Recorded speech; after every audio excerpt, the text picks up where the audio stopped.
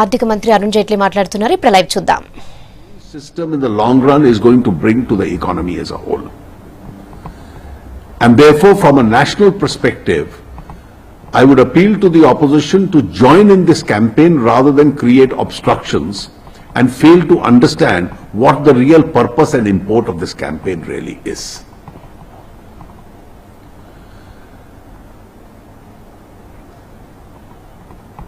Congress party 2004 से 2014 तक सरकार में थी और उस हुकूमत की एक जो विशेषता थी कि देश में काला धन कम हो या हटे, उसके लिए उस सरकार ने एक भी प्रयास नहीं किया था। उस सरकार का दूसरा फीचर यह था कि उसकी हुकूमत के दौरान भ्रष्टाचार के इतने कांड, चाहे 2G हो, कोल ब्लॉक हो, ऑगस्टा वेस्टलैंड डील हो, कॉमनवेल्थ गेम्स हो, एक के बाद एक गति में वो भ्रष्टाचार के कांड होते रहे।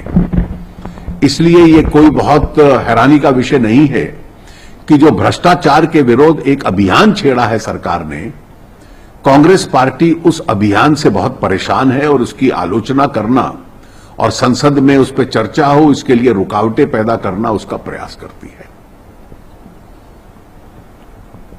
कोई भी अर्थव्यवस्था जो एकदम कैश करेंसी के आधार पर चलती है, उसका अर्थव्यवस्था पे भी बहुत असर पड़ता है और समाज के चरित्र पे भी असर पड़ता है।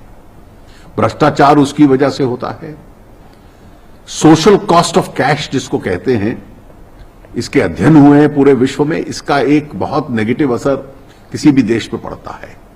और सरकार का प्रयास यह है कि कैश करेंसी कम हो और डिजिटाइजेशन ज्यादा हो, और स्वाभाविक है उससे बैंकिंग व्यवस्था को भी बल मिलता है, ब्याज दर भी कम होती है, देश बैंकों की क्षमता देश की अर्थव्यवस्था को सपोर्ट करना वो भी बहुत बढ़ती है। और इसके साथ साथ जब इतनी बड़ी मात्रा में कैश करेंसी बैंकिंग सिस्टम में आती है तो डायरेक्ट और इनडायरेक्ट टैक्सेस जो हैं उसकी कलेक्शन भी बढ़ती है, और इसलिए समाज में आर्थिक विकास करना सरकार की क्षमता उसकी दृष्टि से भी बढ़ती है। इसके बहुत लाभ हैं और हम लोग चाहेंगे कि इन लाभों को वो देखें। कुछ लोग इस परिस्थिति का दुरुपयोग भी करते हैं।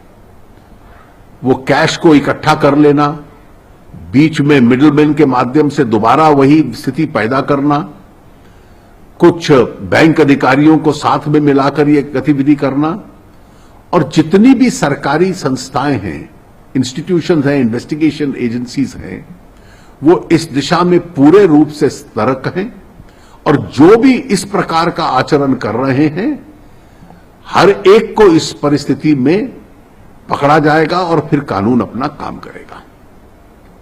हम लोग चाहेंगे कि संसद में इस सब विषयों पर बहस हो और देश में एक बहुत बड़ा आर्थिक और सामाजिक बदलाव लाने का प्रयास जो सरकार कर रही है, विपक्ष और विशेष रूप से कांग्रेस पार्टी उसका साथ